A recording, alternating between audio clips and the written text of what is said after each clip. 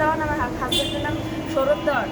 আমি এর মধ্যে জানাচ্ছি যে আমার বাবা মা আমার স্বামীকে বিদেশ পাঠানোর নাম নিয়ে আমাদের থেকে 5 লক্ষ টাকা নেয়, 3.5 লক্ষ আমার হাত থেকে নেয় হ্যান্ড ক্যাশ, এবং 1.5 লক্ষ টাকা চেকের মাধ্যমে আমার স্বামী আমার স্বামীর কথা অনুযায়ী আমার বাবা আমার শ্বশুর আমার বাবার হাতে দেয়, আমার হাত থেকেই নেয় আমাদের বাসায় বসে।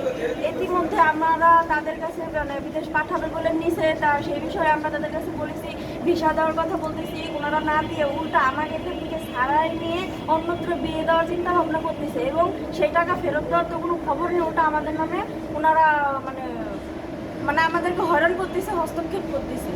ইতিমধ্যে রাত্রে 9টা বাজে লোকজন নিয়ে এসে আমাদের ওই বাড়ি থেকে জোর জবরদস্তি পূর্বক নিয়ে যেতে চায়।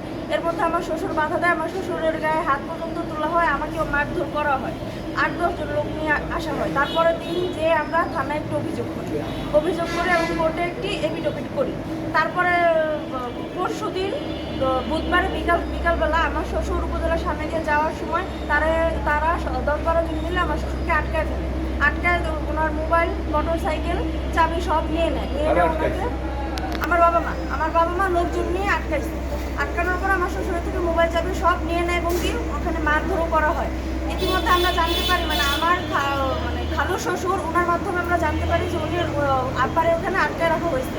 তারপর আমরা থানায় যাই, একটু অভিযোগ করি। অভিযোগ করার সাথে সাথে থানা থেকে এসআই কবির সহ আরও কয়েকজন লোক নিয়ে আমার স্বামী আমার শ্বশুরকে ওইখানে যায় উদ্ধার করার অবস্থায় তারা ওখানে মারধরও হয় পুলিশের সামনে।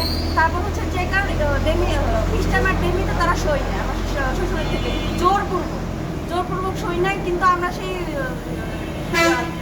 ইস্টামার ডেমি চাওয়ার কারণে তারা অস্বীকার করে যে না, আমরা কোনো ডেমিতে নেই, ওই ডেমি আর ইস্টামে সই নেই। তারপর আমরা একটা ভিডিওর মাধ্যমে দেখতে পারি যে ওখানে ডেমি আর ইস্টামে সই নেওয়া হয়। এটা আমরা থানায় এসে জানানোর পর ওনারা বলে যে ঠিক আছে, আইনত ব্যবস্থা নিলাম।